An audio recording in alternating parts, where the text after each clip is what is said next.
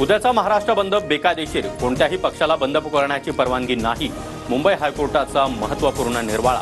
बंद केल्यास कायदेशीर कारवाईचा देखील इशारा. संविधानाचा आणि कोर्टाचा आदर राखून उद्या महाराष्ट्र बंद मागे घ्या. शरद पवारांचं महाविकास आघाडीच्या नेत्यांना आवाहन. निर्णयाविरोधात सुप्रीम कोर्टामध्ये तातडीनं दाद मागणं वेळेच्या मर्यादेमुळे शक्य नाही. शरद पवारांचं ट्विट. पवारांच्या आवाहनानंतर ठाकरे गट आणि काँग्रेसकडून देखील उद्याचा बंद मागे. मात्र आंदोलन स्वरूपात निषेध नोंदवणार. ठाकरेंसह पटोलेंची भूमिका. उद्धव ठाकरे शिवसेना भवनासमोर, नाना पटोले ठाण्यामध्ये तर पवार पुण्यामध्ये शांततेत आंदोलन करणार. तोंडाला काळ्या पट्ट्या बांधून महाविकास आघाडीचे नेते निषेध व्यक्त करणार. न्यायालयाच्या निर्णयाचा सर्वांनी आदर करावा. विरोधकांनी बंद मागे घेतला असल्यास ही योग्य भूमिका आहे. उपमुख्यमंत्री फडणवीसांची प्रतिक्रिया. हायकोर्टाच्या निर्णयानं पवारांना संविधानापुढे जाता आलं नाही, तर संविधानाची कुणी पायमल्ली करत असल्यास कंटेम्प्ट ऑफ कोर्टमध्ये 6 वर्षांची शिक्षा. सदावर्तेंचा राऊतांना इशारा. महाराष्ट्र बंद पुकारणाऱ्या विरोधकांना कोर्टानं चपराक दिली. मुख्यमंत्री एकनाथ शिंदेंचा निशाणा. तर काल कोर्टानं सरकारला सुनावलं, ती एकनाथ शिंदेंना चपराक नव्हती का? उद्धव ठाकरेंचा पलटवार. बदलापूरमधील शाळेची एसआयटी आणि फॉरेन्सिक टीमकडून तपासणी. एसआयटी प्रमुख आरती सिंह उपस्थित. अत्याचाराच्या घटनेनंतर शाळेमध्ये सीसीटीव्ही बसवण्याची उपरती. 24 तासाच्या आत निकाल लागून नराधमांना फाशी झाली पाहिजे. राज्यातील वाढत्या बलात्काराच्या घटनांवर उपमुख्यमंत्री अजित पवार यांचं वक्तव्य. कोल्हापूरमध्ये भाजपला धक्का. समरजित घाटगे तुतारी हाती घेणार. 3 सप्टेंबरला शरद पवारांच्या उपस्थितीमध्ये कागलमध्ये पक्षप्रवेश. फडणवीसांना भेटून निर्णय घेतला. कार्यकर्ता मेळाव्यात घाटगेंचं वक्तव्य.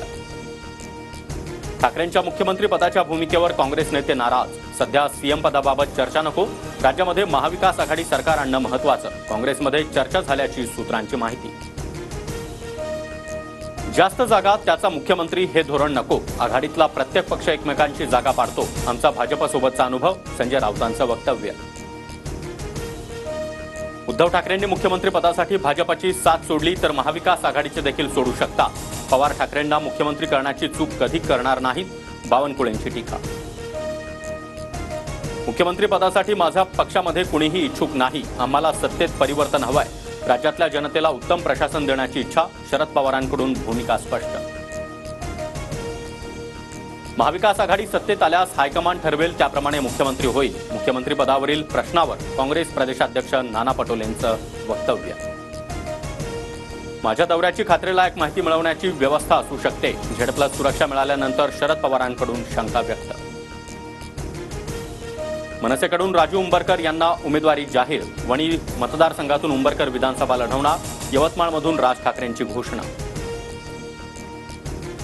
लाडकी बहीण योजनेच्या केवायसीसाठी बँकेत तुफान गर्दी. नंदुरबारच्या धडगाव स्टेट बँक शाखेमध्ये महिलांची चेंगराचेंगरी. 2 महिलांना भोवळ आल्याची माहिती. नाशिकमध्ये मराठा आंदोलकांनी घेतली मुख्यमंत्री एकनाथ शिंदे यांची भेट. सर्वच पक्षांनी एकत्र येऊन आरक्षणाबाबत बैठक घेण्याची मागणी.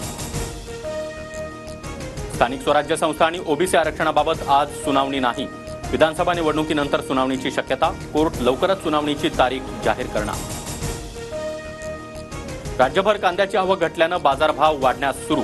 मुंबई, नवी मुंबईतील किरकोळ मार्केटमध्ये कांद्याचे दर 45 ते 65 रुपये प्रति किलोवर. महाराष्ट्रातील यात्रेकरूंची बस नेपाळमध्ये नदीत कोसळली. 14 प्रवाशांचा मृत्यू. बसमध्ये 40 जण असल्याची माहिती. पोखराहून काठमांडूला जात होती बस. पंतप्रधान मोदी आणि युक्रेनचे अध्यक्ष झेलेन्स्की यांच्यामध्ये गळाभेट. रशिया युक्रेन युद्धामध्ये मारल्या गेलेल्या मुलांना श्रद्धांजली अर्पण. लवकरच द्विपक्षीय बैठक होणार.